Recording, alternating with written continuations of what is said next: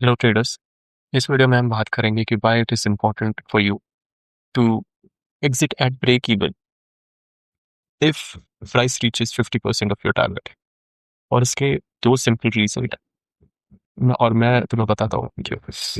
Well, मैं specifically 1 minute time frame पे देख रहा हूँ। ठीक है, this might be applicable on 5 minutes, 15 minutes और any other time frame you trade as well, but regardless I will tell you why. Let's say आप 5 minute पे यहाँ पे शॉर्ट लिए थे। ठीक है, यहाँ पे आपको एक इस लो का ब्रेक डाउन दिख रहा है, क्लोजिंग दिख रही है कैंडल की, यहाँ पे आपने शॉर्ट लिया। कैंडल के हाई पे या स्विंग हाई पे भी आपका स्टॉप लॉस है। ठीक है, और आपने यहाँ तक आपने टारगेट लिया है। This is the mid point of A daily gap. ठीक है, यहाँ तक आपने टारगेट किया है। यार इसे थोड़ा बड़ा रखते हैं, 1:3 रख देते हैं, है ना। 1:3 रखते हैं। अब क्या होता है ना, कई बार इस- अगर ये इतना 50% मूव हो चुका है towards my favour, 50% of this, यहाँ पे 50% तक मूव हो गया है, लाइक विच दिस कैंडल, मैं ब्रेक इवन पे एग्जिट कर जाऊंगा। Even though if you can see कि प्राइस वहां से नीचे फिर भी गया है। I'll tell you why.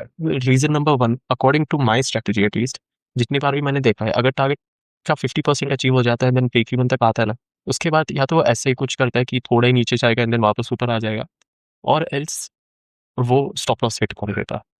So according to my back tested data, if price reaches 50% of my target and then comes back to my entry point, I am supposed to exit because the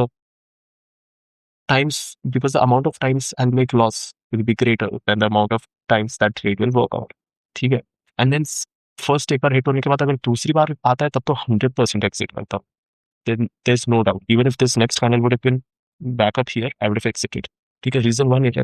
reason दो ये, specifically Indian markets के लिए हम लोग trade कर, अगर तुम लोग ऑप्शन बाइंग में ट्रेड करते हो, अगर तुम ऑप्शन सेलिंग में ट्रेड करते हो तब तुम्हें एडवांटेज है, अगर तुम ऑप्शन बाइंग करते हो तो ये जब यहाँ तक आएगा ना, it is not necessarily going to be your break even only, it can be till here also.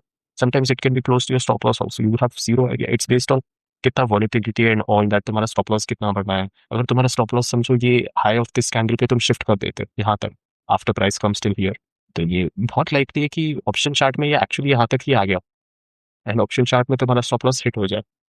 So that is one more reason why, अगर इंडेक्स में प्राइस ब्रेक इवन पे आ जाता है तो ऑप्शन चार्ट में भी तुम्हें ब्रेक इवन पे एग्जिट कर जाना चाहिए, क्योंकि अगर तुम ऑप्शन बाइंग कर रहे हो प्राइस डायरेक्शन में है तो you are going to take this as a loss rather than a break even.